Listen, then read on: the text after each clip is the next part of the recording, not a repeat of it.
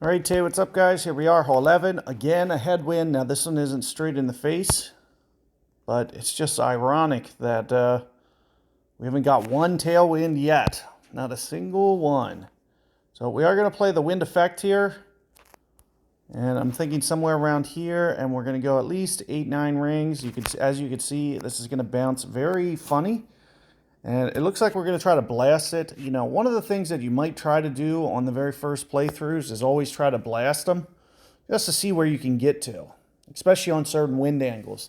And then you'll start to wanting to play more position. But I've really thought I could get this to wedge range.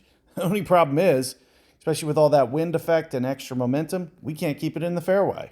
So if you don't keep this in the fairway, it probably will make for a little bit harder pitch. But we're going to have to know how to make this pitch from here, because who knows, this might, have a habit of doing this very frequently. So it's something that you might want to know how to do. Now, again, one of the things that you'll see that I do is flip this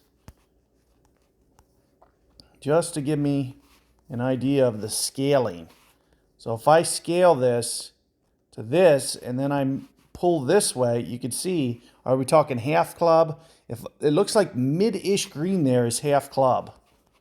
So depending on where we are able to set up, this is the area that I was saying was probably about 50%, more or less. And I'm also want to consider wind effect. So I would imagine this is going to be very close to a 50% shot here.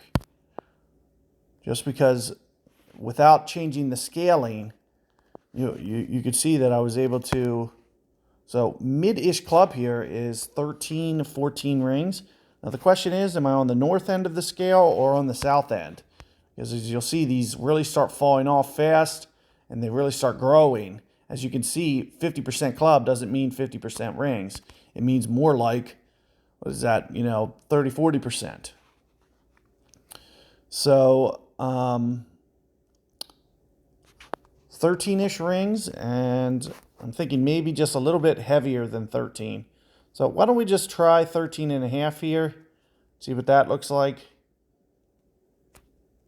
So there's 3-5, and then we're going to go about another 10, somewhere in here. So let's just see what this looks like. See if we can't get our ultimate.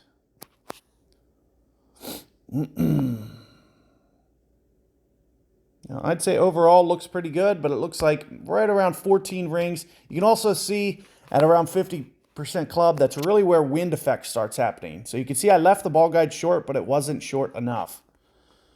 So we may have been just on the north end scale of 50. This is where I wanted to remind you guys about dialing this in. You could see right around 14, maybe 14.3, 51%, and we were only off by 1%, 2%. So it really just goes to show you how much you need to get these dialed in. As you can see, that's basically the difference between making and missing there, is just 1%, 2% on the slider. So keep that in mind. Good luck, and I'll see you guys on the next one.